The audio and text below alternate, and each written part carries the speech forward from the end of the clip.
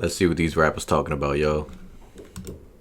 How many dead people can you find in pictures with Lil Durk? Depends on which picture you look at, especially in Chicago, but also in every major city. Just find any 5 to 10-year-old picture of a rapper and his friend, and half the motherfuckers in the picture will be dead. And this is partially someone's fault, the rapper. Sometimes they friends. We all know about Joker OTV by now, a guy that could have possibly been earning 6 figures as a college basketball star, highest SAT scores in his school, but this little nigga was gang banging. And of course that one infamous song that he dropped with his homie Drench Season that's sitting at over 2 million views right now. Nobody in this room told this nigga to just keep playing basketball, but that's because Misery loves company. Fuck all that trying to make a way out the hood. If he would've went pro, that was y'all way out the hood. But since all of y'all was too scared to tell him to sit his ass down and stop rapping with his dumbass Joker mask on, now he's gone. And y'all are gonna be the ones trying to come up off of this. But unfortunately, people was only watching these videos for him. And I don't even want to get into what happened to the kids at Lil Baby's video shoot. This damn near 35-year-old nigga still want to gangbang, shooting videos in the hood like he ain't got kids in middle school. I actually remember that story. Firecrackers loud as a bitch. I actually do remember that story. That was crazy. I think they actually targeted those kids. They actually targeted those kids. That wasn't like a mistaken identity thing. Whoever shot them did that shit on purpose. And why is a 13-year-old at your video shoot? Are you a fucking weirdo? I don't care if I was making gospel music. What are kids doing around me while I'm working? Unless I'm an old ass nigga trying to look young. Playing in the streets when you can't run as fast as you could 10 years ago is a dangerous game. And I can also say this because I made it out of Chicago. I'm in the suburbs now. Especially if you're in Atlanta. If you're in Atlanta, you need to stay your ass indoors.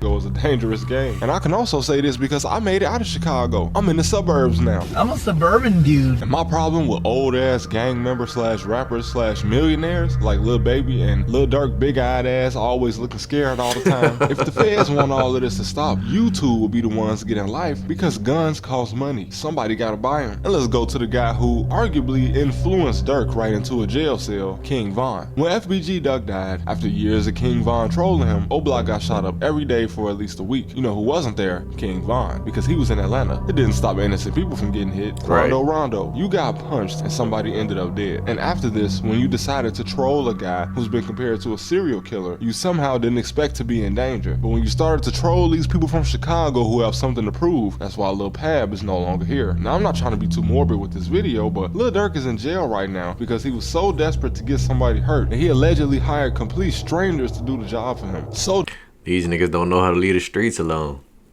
And a lot of time that shit don't even be that serious. These niggas getting shot on internet games when you could have just left that shit alone and got your bread. Desperate that one of the guys he hired's been in jail for 12 years. This is not your friend. You barely even know this guy. He's been in jail for half of your life almost. And Quando not riding in bulletproof with your family after trolling a serial killer is crazy. And do we even have to talk about YNW Melly? Now I know nothing has been proven, the case is still open, but these guys with his friends argue. Melly. Now I know nothing is. She fat as shit. That's his lawyer? Let me stop. She thinking shit though, for real though. Still open, but these guys are his friends, and you could argue that they are only deceased because they were around Melly. It's seriously disturbing at how many group pictures you can see where half of the photo was wiped out. Nah, that is crazy. Nah, that's definitely crazy. I mean, like I said, bro, you living in the year 2025. We live in a surveillance state, brother. You can't get away with anything these days. It's best just to leave that street shit alone, my boy. That goes to anybody in general. Not even just gangsters, bro.